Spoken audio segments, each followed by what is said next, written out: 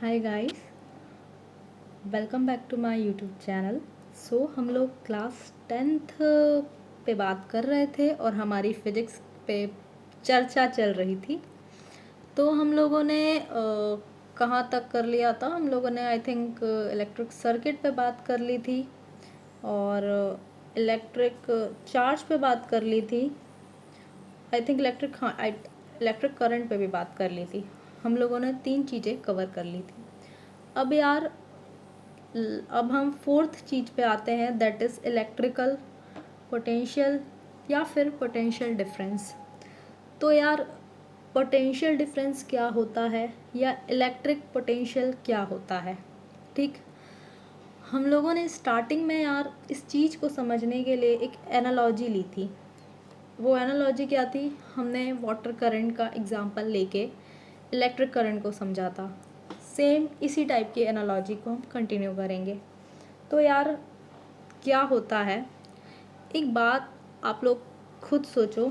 Suppose कोई pipe है, मुझे उस पाइप से वाटर फ्लो करवाना है। ये है ए पॉइंट, ये है बी पॉइंट। इन 2 पॉइंट के बीच मुझे वाटर फ्लो करवाना है। अगर मैं इस पाइप को हॉरिजॉन्टली प्लेस कर दूं, डायरेक्ट ऐसे ही किसी प्लेस पे रख दूं, तो क्या वाटर फ्लो होगा? नहीं होगा। क्यों? क्योंकि अगर आपको वाटर को ट्रांसफ़र करना है तो कुछ डिफरेंस देना पड़ेगा।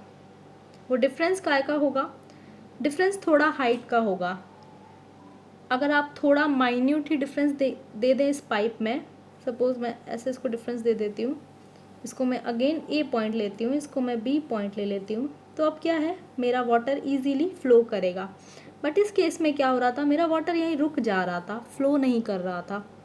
ठीक है, ये तो बात हुई कि पानी कैसे फ्लो हो रहा है किसी पाइप के थ्रू। ठीक है, अब यार मैंने एक चीज़ बताई थी कल कि जो मेरे इलेक्ट्रिक करंट है वो पास होता है वायर से, है ना। इलेक्ट्रिक करंट कहाँ से आया? चार्जेस के कारण। चार्जेस क्या है? इलेक्ट्रॉन, एक तरीके से इलेक्ट्रॉन नेगेटिव चार्ज ये कह सकते हो। ठीक है, तो अब क्या हो रहा है, इलेक्ट्रॉन फ्लो हो रहे हैं या चार्जेस फ्लो हो रहे हैं। वो कैसे फ्लो हो रहे हैं? एक पाइप के द्वारा। उस पाइप को मैंने कंडक्टर बोल दिया। क्लियर? अब मैं क्या बोल रही हूँ, अब मैं डिफाइन करती हूँ पोटेंशियल डिफरेंस क्या है। सेम उस कंडक्टर वाले पाइप को वाटर पाइप की तरह समझ लो। सपोज़ ये मेरा कंडक्टर है, यहाँ से मैं बैटरी लगा देती हूँ। ठीक, यहाँ से मैं बल्ब जला देती हूँ। ठीक है ना। अब यार देखो, इलेक्ट्रिकल में एक चीज़ें होती है कि आपको इमेजिनेशन ज़्यादा करना पड़ता है। आपको चीज़ें सामने से दिखती नहीं है, बट आप रिलेट कर करके समझते हो। तो आपको चीज़ें यहाँ सामने नहीं दिखेगी, आपको समझना पड़ेगा। कैसे? इसमें क्या हो रहा था, चार्जेस फ्लो क्यों नहीं कर पा रहे थे? क्योंकि सेम हाइट पे थे। जब मैंने जैसे ही हाइट चेंज करी, चार्जेस फ्लो होने लगे ना।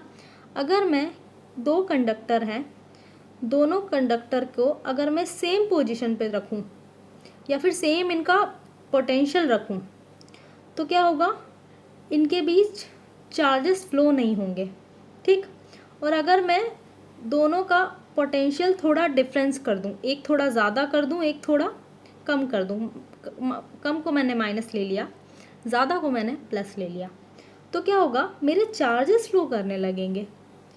जब मेरे चार्जेस फ्लो करने लगे इस पाइप के थ्रू या कंडक्टर के थ्रू, तो मेरा करंट भी फ्लो होने लगा।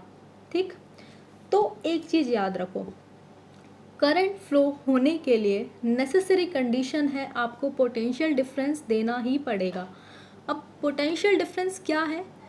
2 पॉइंट जहाँ पे पोटेंशियल अलग अलग है, जिस डिफरेंस के कारण ही कोई भी करंट फ्लो हो पा रहा है, दैट्स कॉल्ड पोटेंशियल डिफरेंस। तो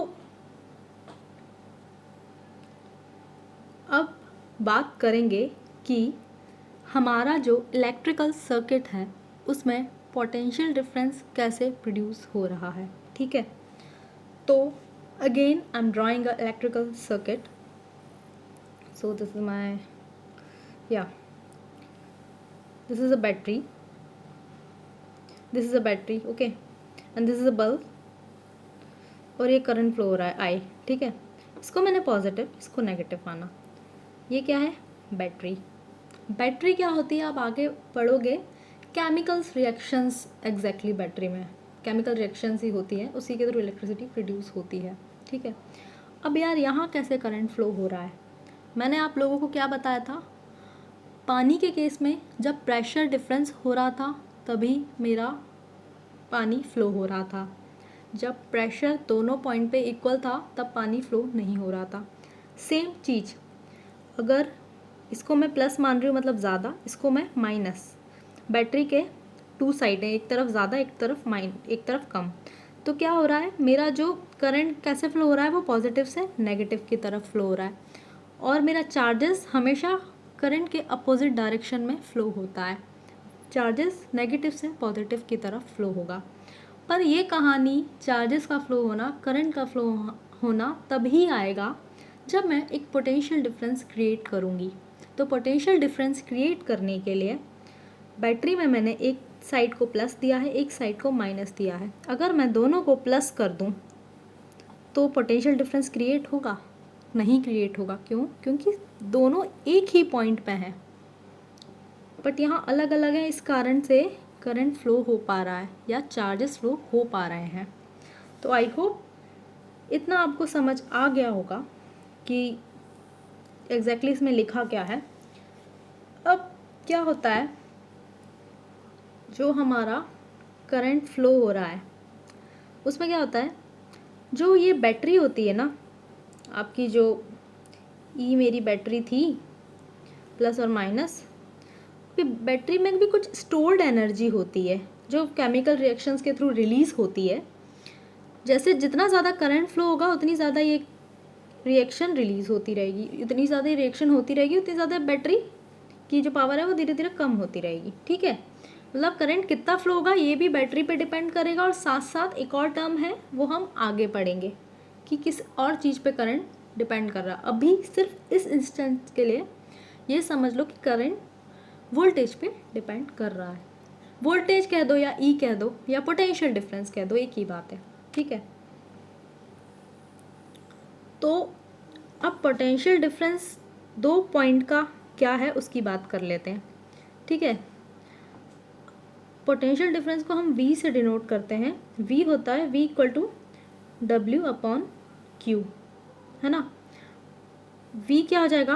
potential difference between two points, ठीक है. W क्या हो जाएगा? Work done. Q हो जाएगा हमारा चार्ज. वर्क डन कैसे? जो मेरे दो पॉइंट थे A और B या प्लस और माइनस, इस पॉइंट से प्लस से माइनस आने में जो काम किया मैंने, ठीक है, और उस काम के कारण, ठीक है, वो काम कब हुआ, कितने चार्ज इधर पहुँचे तभी काम होगा ना. सपोज करो मैंने इस जगह से उस जगह पानी ट्रांसफ़र किया, लेकिन ये मैंने इसको पॉजिटिव इसको नेगेटिव मान लिया, मतलब ये हायर हाइट पे है या लोअर हाइट पे या पोटेंशियल पे है, ऐसा समझ लो, ठीक है. तो अब क्या हो रहा है कि अब कैसे निकालोगे कि कितना वोल्टेज है, कैसे, कितना इसमें से फ्लो हो रहा है, ठीक है, और जो फ्लो होने में कितना काम किया, मतलब ऐसा समझ सकते हो कि कितना चार्ज फ्लो हुआ, तो चार्ज फ्लो होने के कारण कितना मैंने उससे काम लिया. या ऐसा समझ सकते हो, कोई आपने किसी चीज़ को बनाया, आपने उसमें 10 रुपये लगाए, 10 रुपये लगाने के बाद आपको उससे कितना प्रॉफिट हुआ, या 10 रुपये की चीज़ आपके कितने काम आई. तो जितना काम आई डिवाइडेड बाय उतना लगाया. इस तरीके से आप समझ सकते हो इस चीज़ को. V equal to W/Q, that is work done. तो अब है इसकी यार यूनिट क्या होती है. पोटेंशियल डिफरेंस की यूनिट होती है हमारी वोल्ट. ये एक वोल्टा करके साइंटिस्ट थे इटालियन, उन्हीं के नेम पर हुआ. अब यार एक फेवरेट क्वेश्चन होते हैं NCERT के, जो बहुत ज़्यादा वो पूछती है कि यार 1 वोल्ट की डेफिनेशन दे दो। तो 1 वोल्ट की डेफिनेशन क्या होगी, मुझे पता है यार, वोल्ट इक्वल टू, एक वोल्टेज क्या होता है, W/Q। अगर 1 लेना है तो सबकी वैल्यू 1 1 1 कर दो। तो क्या क्या होगा, वर्क डन की यूनिट हमें पता जाउल भी होती है, जाउल एनर्जी की भी यूनिट होती है ना, और चार्ज की होती है कूलम, है ना। तो कितना चार्ज ट्रांसफ़र करने पर कितना मेरी एनर्जी जनरेट हुई इज इक्वल टू वोल्टेज, या ऐसे कह सकते हो एक वोल्टेज की वैल्यू होगी एक कूलम चार्ज ट्रांसफ़र करने पर मेरी एक एनर्जी, एक यूनिट एनर्जी जनरेट हुई, that is called 1 value of volt. और हाँ, अब इतना देख लिया, अब है कि पोटेंशियल डिफरेंस जो है उसको हम मेज़र कैसे करेंगे। करंट का ऐसे हम मेज़र कर रहे थे, हम मीटर में मेज़र कर रहे थे करंट को, और एम्पियर में अमीटर जो इंस्ट्रूमेंट था उससे हम मेज़र कर रहे थे, और एम्पियर उसकी SI यूनिट थी। अब यहाँ क्या होगा, यूनिट क्या होगी वोल्टेज की, वोल्ट होगी, लेकिन हम मेज़र कौन से इंस्ट्रूमेंट से मेज़र करेंगे, दैट इज़ वोल्ट मीटर, ठीक है। और वोल्ट मीटर हमेशा पैरेलल कनेक्ट होता है, जहाँ सपोज़ करो जहाँ से भी आपको कितना वोल्टेज फ्लो हो रहा है किसी भी लाइन में आपको मेज़र करना है, तो हमेशा ये पैरेलल में कनेक्ट होगा, ठीक है। तो अब क्वेश्चन करते हैं, फेवरेट काम। अब देखो क्वेश्चन क्या है, how much work is done in moving a charge of 2 coulomb across 2 points having a potential difference 12 volt. अब देखो क्या बोल रहा है ये, कि इसने 2 कूलम चार्ज 2 पॉइंट के अक्रॉस फ्लो करवा दिए और पोटेंशियल डिफरेंस रखा इसने 12 वोल्ट, पर ये बोल रहा है कि सब कुछ रख लिया लेकिन मेरा काम कितना हुआ, ये पूछ रहा है।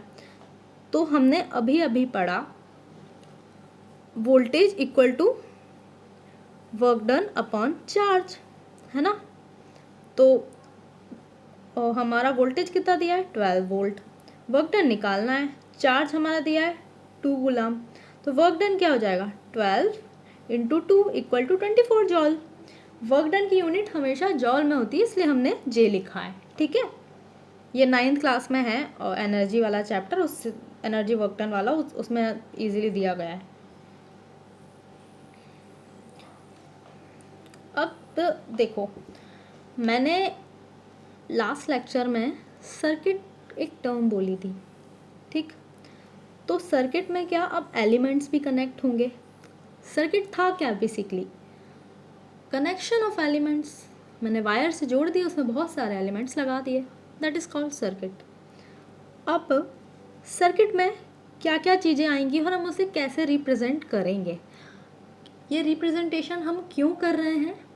अगर आपको बताना है, किसी को डिज़ाइन देनी है अपने घर की वायरिंग की, तो आप ये थोड़ी बोलोगे ये बल्ब है, आई मीन टू से आप ऐसे थोड़ी बोलोगे। आप अपने घर का इलेक्ट्रिकल स्ट्रक्चर किसी को सेंड कर रहे हो तो ऐसे बोलोगे ये बल्ब है, हाँ ये वायर है, ऐसे तो पॉसिबल नहीं है ना, पूरा पेज भर जाएगा, कितना लिखोगे। तो उस चीज़ों को सिंप्लीफाइड करने के लिए सबके सिंबल्स डिज़ाइन किए गए, उस सिंबल्स के साथ ही हमें आगे की चीज़ें करनी है, जिससे कि चीज़ें और ज़्यादा सिंपल हो जाएं, ठीक है। तो अब इलेक्ट्रिक सेल को हम कैसे डिफाइन करेंगे, इस सिंबल से। बैटरी और a combination of cells, combination of cells means बहुत सारी बैटरी को एक साथ जोड़ दिया, तो इस तरीके से इसको करेंगे। और स्विच को कैसे करेंगे, अगर स्विच ओपन है मतलब कोई इलेक्ट्रिसिटी फ्लो नहीं हो रही, तो ऐसे कर देंगे, और अगर फ्लो हो रही है तो बीच में एक डॉट लगा देंगे, जैसे ओपन था उसमें बस डॉट लगा देंगे तो क्लोज हो जाएगा। और जॉइंट वायर को ऐसे कर देंगे, वायर जॉइंट कैसे करते हैं हम, कोई एक ऑलरेडी वायर जा रही है, हमने क्या करा बीच से कुछ इलेक्ट्रिसिटी ले ली, तो हम क्या करते हैं एक वायर निकाल देते हैं और यहाँ से जोड़ देते हैं, ये हो जाएगा वायर जॉइंट वाला साइन। अब वायर क्रॉसिंग क्या होती है, एक वायर ऑलरेडी जा रही है बट मुझे इस घर में वायर चाहिए, इस घर से इस घर को कनेक्ट करना, तो मैं क्या करूँगी इसके ऊपर से ले लूँगी, है ना, ऊपर से लिया है मैंने, ठीक है। इलेक्ट्रिक बल्ब ऐसे ही शो होता है, तो पता ही होगा। रेजिस्टेंस ऐसे होता है, जिगजैग जिगजैग जिगजैग, ओके। और वेरिएबल रेजिस्टेंस और रियोस्टेट ये होता है कि जो रेजिस्टेंस होती है, अगर मैं उसकी वैल्यू बार बार वेरी करूँ तो वो या फिर वेरिएबल रेजिस्टेंस कहलाता है। तो वो उसे हम ऐसे शो करते हैं, ये सिंबल्स याद हो जाने चाहिए, पूछते हैं एग्ज़ाम में। और मीटर को हम ऐसे शो करते हैं, वोल्ट मीटर को हम ऐसे शो करते हैं। तो मैंने सर्किट्स के साथ साथ वोल्टेज डिफरेंस, ये दोनों चीज़ें इस वीडियो में कवर करवा दी है। इसको आप अपने अकॉर्डिंग और एक बार जो आपकी टेक्स्ट बुक है उससे रेफ़र करके एक बार और पढ़ लेना, जिससे क्या रहेगा कि चीज़ें आपको मेमोराइज जल्दी हो जाएंगी, आपके लिए अच्छा रहेगा। सो यार, थैंक यू सो मच मुझे सुनने के लिए। और हाँ, ये वीडियो को शेयर करना मत भूलिएगा, प्लीज़ शेयर करना मत भूलिएगा। अगर आप लोग शेयर करेंगे तो मुझे भी मोटिवेशन आएगा, फिर मैं बहुत सारे वीडियोस बनाऊंगी, इसलिए आप शेयर करना मत भूलिएगा। Thank you so much.